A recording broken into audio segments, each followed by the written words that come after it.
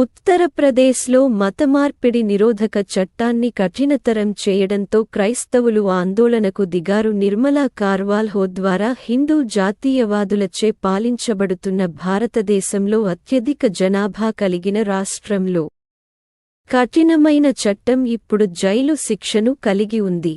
మైనారిటీలు తరచూ ఇటువంటి చట్టం ద్వారా లక్ష్యంగా చేసుకుంటారు. ఈ చట్టం భారత రాజ్యాంగంలోని నిబంధనలను ఉల్లంఘిస్తుంది అని national Council of churches of India హెచ్చరించింది. ప్రస్తుతం 28 మంది క్రైస్తవులు, ఎక్కువగా పాస్టర్లు తమ విశ్వాసం కారణంగా యూపీ జైళ్లలో మగ్గుతున్నారు అని మాథ్యూ ఆసియా న్యూస్తో అన్నారు.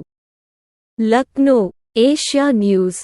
ప్రధానమంత్రి నరేంద్ర మోడీ జాతీయవాద భారతీయ జనతా పార్టీ బీజేపీ యొక్క ప్రముఖ సభ్యులలో ఒకరైన హిందూ సన్యాసి యోగి ఆదిత్యనాథ్ నేతృత్వంలోని భారతదేశంలో అత్యధిక జనాభా కలిగిన రాష్ట్రమైన ఉత్తరప్రదేశ్, యూపీ తన మతమార్పిడి నిరోధక చట్టాన్ని మరింత కఠినతరం చేసింది. సాధారణంగా ఈ రకమైన చట్టంతో పాటుగా ఉన్న హిందూత్వ ఉద్యమం యొక్క అత్యంత తీవ్రవాద అంచుల ద్వారా అసహనం మరియు బెదిరింపుల యొక్క అనేక సంఘటనల కారణంగా కొత్త చర్య స్థానిక క్రైస్తవ సంఘాలను తీవ్ర ఆందోళనకు గురిచేస్తుంది. ఉత్తరప్రదేశ్ చట్టవిరుద్ధమైన మత మార్పిడి సవరణ బిల్లు 2024 మోసపూరిత లేదా బలవంతపు మతమార్పిడులకు జీవిత ఖైదుతో సహా కఠినమైన జరిమానాలను అందిస్తుంది. రాష్ట్ర అసెంబ్లీ జూలై 30న ఆమోదించింది. National Council of Churches in India (NCCI) దాని ప్రధాన కార్యదర్శి రేవసిర్ ఎబెనెజర్ సంతకం చేసిన ఒక ప్రకటనలో కొత్త చట్టానికి వ్యతిరేకంగా వచ్చింది. కొత్త చట్టం గరిష్ట శిక్షను 10 సంవత్సరాల నుండి యావజ్జీవ కారాగార శిక్షకు పెంచుతుంది. ఏ వ్యక్తి అయినా ఫిర్యాదు చేయడానికి అనుమతిస్తుంది మరియు బెయిల్ ప్రక్రియను క్లిష్టతరం చేస్తుంది అని NCCI పత్రికా ప్రకటన చదువుతుంది. ఈ చట్టం భారత రాజ్యాంగంలోని నిబంధనలను ఉల్లంఘిస్తున్నందున మేము దానిని వ్యతిరేకిస్తున్నాము. మితిమీరిన ప్రభావం, తప్పుడు ప్రాతినిధ్యం లేదా బలవంతం ద్వారా ప్రేరేపించబడినట్లయితే తప్ప, బాధితుడు మాత్రమే క్లెయిమ్ చేయగలిగితే తప్ప మార్పిడి నేరం కాదు. NCCI కూడా ఈ చట్టం అధికారులకు మరియు మతపరమైన పక్షపాతం ఆధారంగా నిర్దిష్ట వ్యక్తులు లేదా వర్గాలను లక్ష్యంగా చేసుకోవడానికి దుర్వినియోగం చేయగల ఏదైనా మూడవ పక్షాలకు విస్తృతమైన అధికారాన్ని ఎలా మంజూరు చేస్తుందో కూడా పేర్కొంది.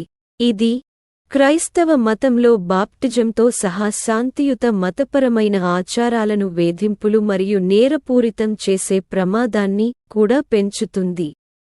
సాధారణంగా అవిశ్వాసం మరియు విభజన వాతావరణాన్ని సృష్టించడం ద్వారా చట్టం మతపరమైన ఉద్రిక్తతలను తీవ్రతరం చేస్తుంది మరియు భారతదేశం యొక్క విభిన్న మత సామరస్యాన్ని దెబ్బతీస్తుంది. అటువంటి ఆందోళనల దృష్ట్యా ఈ చట్టాన్ని పునరాలోచించి దానిని అమలు చేసే ప్రయత్నాన్ని తక్షణమే విరమించుకోవాలని NCCI ఉత్తరప్రదేశ్ ప్రభుత్వానికి పిలుపునిస్తోంది. స్వేచ్ఛ, సమానత్వం మరియు వ్యక్తులందరికీ వారి మతపరమైన అనుబంధాలతో సంబంధం లేకుండా గౌరవం యొక్క విలువలను మనం సమర్థించడం అత్యవసరం. వారణాసిలో ఉన్న క్యాథలిక్ పూజారి మరియు మానవ హక్కుల కార్యకర్త అయిన FR ఆనంద్ మాథ్యూ కొత్త చట్టం గురించి ఆసియా న్యూస్తో మాట్లాడారు. ఇది చాలా కలవరపెడుతోంది.